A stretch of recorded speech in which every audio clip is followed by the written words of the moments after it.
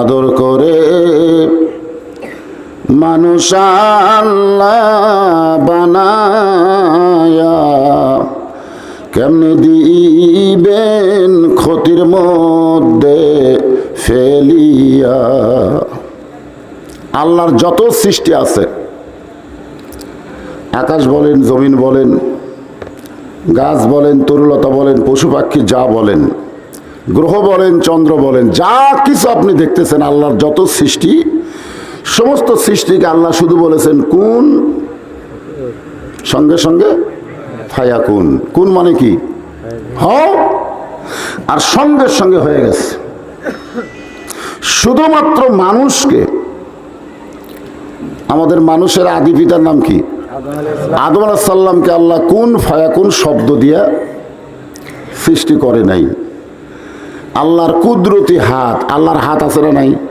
যেরকম আল্লাহ বলেছেন তাবারাকাল্লাযী বিয়াদিহিল মুলক, গোটা পৃথিবীর রাজত্ব কর্তৃত্ব মালিকানা কার হাতে? তাহলে বোঝা গেল আল্লাহর হাত আছে। যেরকম আল্লাহর হাত, সেই কুদরতি হাত দিয়ে আল্লাহ তাআলা আমাদের বাবা আদম আলাইহিস সালামকে তৈরি করেছেন। সুবহানাল্লাহ বলেন। বর্তমানে যেখানে কাবা ঘর আছে, এখন যেখানে কাবা ঘর নাই, ওই কাবা ঘরের মাঝখান থেকে এক চিমটি মাটি, ওজন হলো 42 মনেরও বেশি। ওই এক চিমটি মাটি কে নিয়ে গেছিল? আজরাইল। জোরে বলেন নাম কি? হ্যাঁ, আজরাইল নিয়ে আল্লাহকে দিছিল। সে মাটির ওজন হলো, কোনো তাফসিরে লিখছে 42.5 মন। তাহলে আজরাইল কত বড় এখন চিন্তা করেন। এক চিমটি যদি এরকম করে ধরছে, এক চিমটি, তাই হচ্ছে 42 মনের বেশি। তাহলে আজরাইলের এক মুষ্টি নিলে কত হবে? কথা বুঝতেছেন তো? লাইলাতুল মিরাজে যখন নবী যাচ্ছিলেন, যাওয়ার সময় যে আসমানে ঈসা আলাইহিস সালাম আছে, ওই আসমানের এক সাইডে আজরাইল বসে আছে। জোরে করেন সুবহানাল্লাহ। তা আজরাইল এভাবে একটা প্লেটের দিকে, একটা প্লেট যেরকম আমরা ভাত খাই না, ওই প্লেটের দিকে তাকায় আছে। আল্লাহর নবী বললেন, জিবরাইল, ফেরেশতারা খায় না, কিন্তু তার সামনে থালার মতন কি যেন দেখতে পাই। জিবরাইল বলেন, রাসূলুল্লাহ, ওটা খাওয়ার থালা না, ওটা হলো আজরাইলের সামনে গোটা পৃথিবী। জোরে কোন সুবহানাল্লাহ। তাহলে আজরাইলের কাছে পৃথিবী কি? একটা থালার সমান। আচ্ছা, আমাদের কাছে পৃথিবী কেমন? যালিকা ফাদলুল্লাহি ইউতিহি মান ইয়াশা আল্লাহু যুল ফাদলিল আযীম। আল্লাহর কতগুলো বান্দা আছে যাদের কাছে পৃথিবী হলো একটা ডিমের সমান। জোরে করেন সুবহানাল্লাহ। সুবহানাল্লাহ জোরে বলেন না কেন? তাহলে আজরাইল বড় না আল্লাহর কত কত বান্দা বড়? আজরাইলের কাছে কত বড়?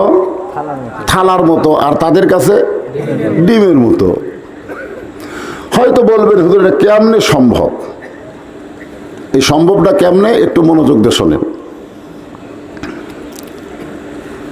আল্লাহ তাআলা তার কুদরতি চোখের পানি দিয়া, সুবহানাল্লাহ কবেন না?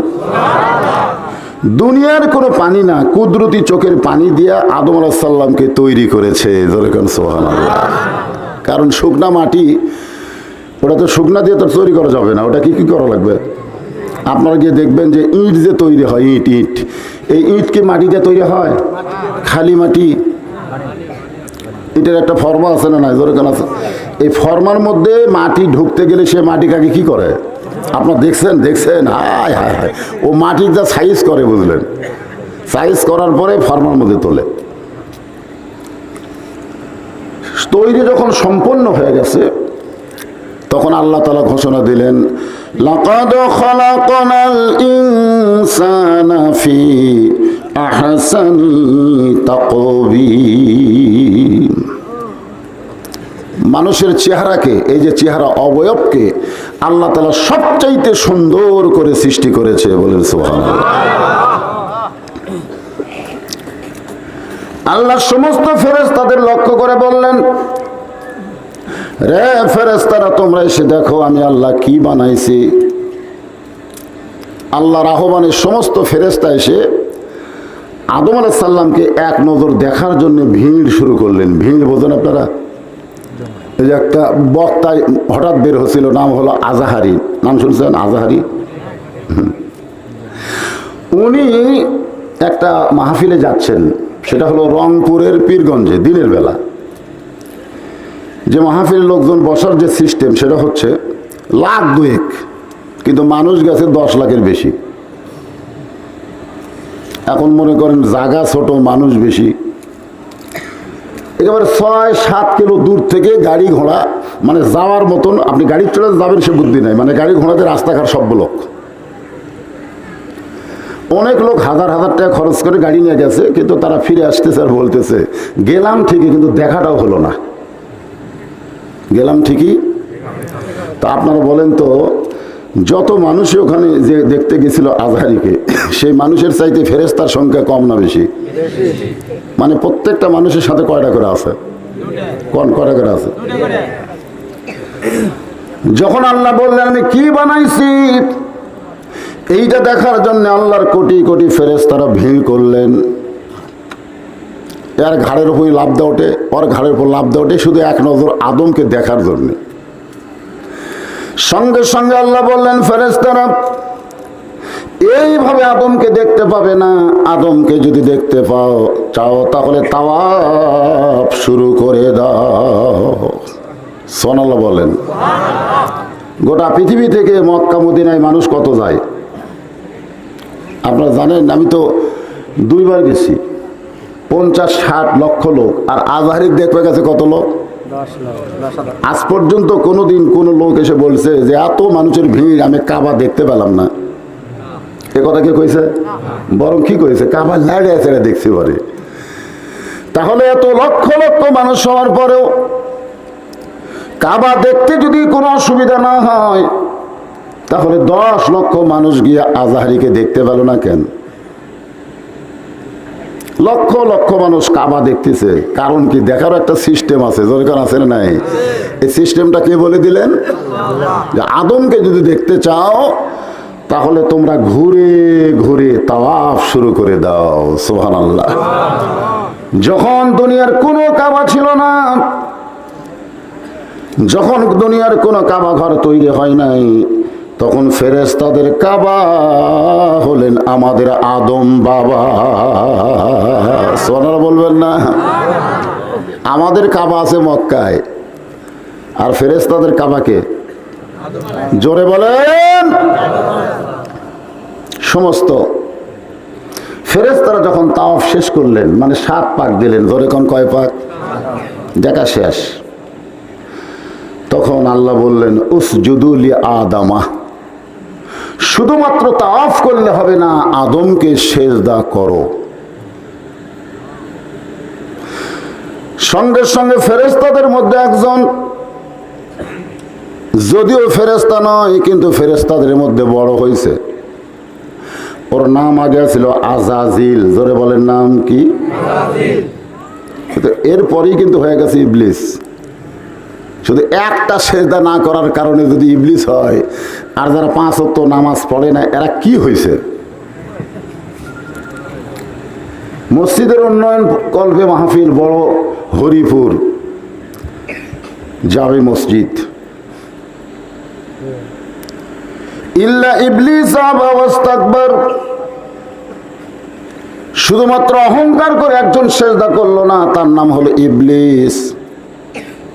ও বলতেছে আল্লাহ না, সেজদা কেবলমাত্র আপনাকেই করব, আপনি ছাড়া অন্য কাউকে আমি সেজদা করব। ইমান ভালো না খারাপ? খারাপ কোথায় হলো?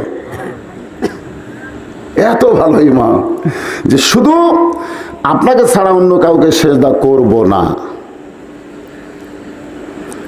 আল্লাহ বললেন মারদুদ, দূর হয়ে যাও, দূর হয়ে যাও, আমার রহমতের এরিয়ার মধ্যে তোমার থাকার আর কোনো সুযোগ নাই। ইবলিস বলতেছে আল্লাহ যাব ঠিকই, যাওয়ার আগে আপনাকে একটা কথা বলবার চাই। আল্লাহ বলেন কি কথা? বলে 40 লক্ষ বছর আপনাকে সেজদা করলাম। সুবহানাল্লাহ। 40 লক্ষ বছর আপনাকে সেজদা করলাম, শুধুমাত্র একটা সেজদা করলাম না, একটা সেজদা না করার কারণে কি আমার 40 লক্ষ বছর কি বাতিল হলো? আল্লাহকে সেজদা করছে কত লক্ষ বছর, আর আদমকে করেনি কয়টা? তো তাহলে খালি একটা সেজদা না করার কারণে আমার কি 40 লক্ষ বছরের সেজদা বাতিল হলো? আল্লাহ বলতেছেন শুধু সেজদা বাতিল না, তোর যত আমল সব বাতিল। ইবলিস বলতেছে আল্লাহ, আমার প্রশ্ন হলো আদম বড় না আল্লাহ বড়? ইবলিস প্রশ্ন করতেছে আল্লাহকে। আপনি আগে উত্তর দেন না, আল্লাহ উত্তর দিবে। সবসময় হা করেন, দুই এক সময় মুখ বন্ধ করে থাকা লাগে। সূরা আসরের তাফসীর শুনবেন না, ইন্নাল ইনসানা লাফি খুসর, বোঝা লাগবে না? ইবলিস বলতেছে আল্লাহ আদম বড় না আল্লাহ বড়? আল্লাহ বলে আদম, ইবলিস তোমার কি মনে হয়? ইবলিস বলতেছে আমার মন বলতেছে আদমই বড়। 40 লক্ষ বছরের সেজদা বাতিল হলো এক সেজদা না দেওয়ার কারণে। আল্লাহ ডাকতে বলে ইবলিস, তুমি যাকে সেজদা করো নাই তারে তুমি চিনো? তুমি যাকে সেজদা করো নাই অহংকার করে সে আদমকে তুমি চেনো? আজকে শুনে নাও, আমি আল্লাহর চাইতেও আদমকে আমি বেশি ভালোবাসি। জোরে কোন সুবহানাল্লাহ, সুবহানাল্লাহ, জোরে কোন। আদর করে মানুষ আল্লাহ বানায়া কেমনি দিবেন ক্ষতির মধ্যে ফেলিয়া। আল্লাহ বললেন জিবরাইল তুমি ইমাম হও। তুমি কি হও? আর সমস্ত ফেরেশতা হবে মুসল্লি, আর কাবা হবে আদম। জোরে কর সুবহানাল্লাহ। আদমকে আল্লাহ দান করাই দিলেন,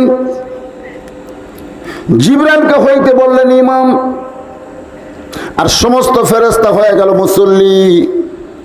আল্লাহ বললেন উসজুদু লি আদামা, এখন আদমকে সিজদা করো। ফেরেশতা জিবরাইল সমস্ত ফেরেশতাদের ইমাম হইয়া সিজদাত গেলেন। এখানে কিন্তু রুকু নাই, শুধু কি কোরআনে আল্লাহ বলেছেন ইয়া আইয়ুহাল্লাযীনা আমানু রুকাউ ওয়াসজুদু ওয়া'বুদু রাব্বাকুম। রুকুর কথা আছে, আছে না নাই? জোরে কোন আছে না নাই? আমরা যখন নামাজ পড়বো রুকু ছাড়া কোনো নামাজ আছে? এ কথা কর না কেন? আছে, আছে তো। আসলে জানাজার নামাজ না। আমরা বাংলাদেশের শতকরা 99% মানুষ ভুল করে কই জানাজার নামাজ। জানাজার কোনো নামাজ যার মধ্যে রুকু নাই সেজদা নাই, ওইটা কোনোদিন নামাজ হতে পারে না। ওইটার নাম হলো দোয়া। যারা বলেন নাম কি? আজকে ক্লিয়ার হয়ে নেন। জানাজাত কি আপনারা নামাজের নিয়ত করেন না দোয়ার নিয়ত করেন? এই কথা কর না কেন? নামাজ করলেন তো। এখন এক সেজদা দেওয়ার পরে জিবরাইল আর এক সেজদা দিছে। উসজুদু লি আদামের মধ্যে সেজদার কথা আছে, কিন্তু কয় সেজদা দেওয়া লাগবে তার কথা আছে? এটা হা হু কন। কোন সেজদার কথা 2টা দেওয়া কি 4টা দেওয়া এরকম কিছু আছে?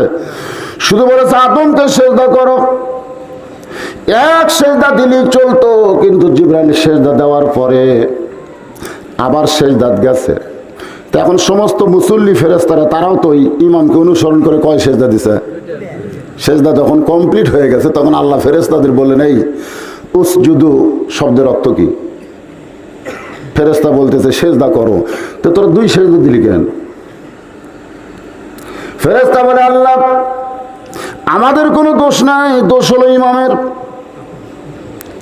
কারণ আপনি ইমামকে অনুসরণ করতে বলেছেন, আমরা ইক্তেদা করেছি। এখন ইমাম যদি 2টা দেয়, আমাদের 2টা দিতে আপত্তি কোন জায়গায়? আল্লাহ বললেন ফেরেশতারা আমার বান্দারা যদি এরকম নামাজ পড়তো তাহলে 2 সেজদা দিত না, লোকমা দিত। জোরে কোন কি দিত? কিন্তু তোদের লোকমা নাই। আমাদের বাংলাদেশে আমরা লোকমা বুঝি না। লোকমা বুঝেন? লোকমা মানে কি? ইমাম যদি ভুল করে পিছন দিক থেকে মুসল্লিরা লোকমা দেয়। আজকে আমাদের বাংলাদেশের মসজিদের ইমাম ভুল করলে আমরা লোকমা দেই, কিন্তু সমাজের নেতারা যদি কোনো ভুল করে আমরা কোনোদিন লগমা দেব। এবার সিংড়া উপজেলায় 13টা মাহফিল নিছি, জোরে কোন কয়টা? 13টা। আমি যদি একটা মাহফিলে না আসি, বিজ্ঞাপনে আমার নাম আছে কিন্তু আমি আসিনি, যদি বলা হয় আমার পক্ষ থেকে হুজুর খুব অসুস্থ, তারপরে কি আপনারা মানবেন? আর আপনাকে এমপি সাহেব কয়টা আসেনি? একটা তো আসেনি, সবগুলোতে নাম আছে। চিন্তা করে দেখেন, এমপি নাম থাকার পরেও না আসলে কোনো কথা নাই। আমরা হুজুররা যদি দেখলে একটা মিস করি, ফাটা ফেলে দিবি, জোর কথা ঠিক কিনা? তার মানে বোঝা গেল আমরা যদি ভুল করি লোকমা আছে, কিন্তু সমাজের নেতারা যদি ভুল করে কোনো লোকমা নাই। শুধুমাত্র মসজিদ ভালো রাইকা কোনো লাভ হবে না, মসজিদের আওতাধীন গোটা বাংলাদেশকে লোকমা দিয়ে আমাদের ভালো রাখা লাগবে, ধরে কোন ঠিক কি না? আমাদের চেষ্টা খালি মসজিদটা ভালো রাখো, বাদ বাকি যা হয় হয়ে যাক। কেন আপনি ভালো জায়গায় কতক্ষণ থাকেন? 5 ওয়াক্ত নামাজে, এই যে আপনি 5 ওয়াক্ত নামাজে হিসাব করেন তো ভালো জায়গার মধ্যে আপনি কতক্ষণ থাকেন? কতক্ষণ? প্রত্যেক ওয়াক্ত যদি 20 মিনিট করে ধরেন, এটা বেশি ধরলাম আর কি। অনেক লোক তো শেষে যা আগে আসে, এরকম লোক বেশি না? অনেকে শেষে যাবি আবার আগে বাড়াবি, এর কি হিসাব করলে তো 5 ওয়াক্ত মিলা 10 মিনিট হয়।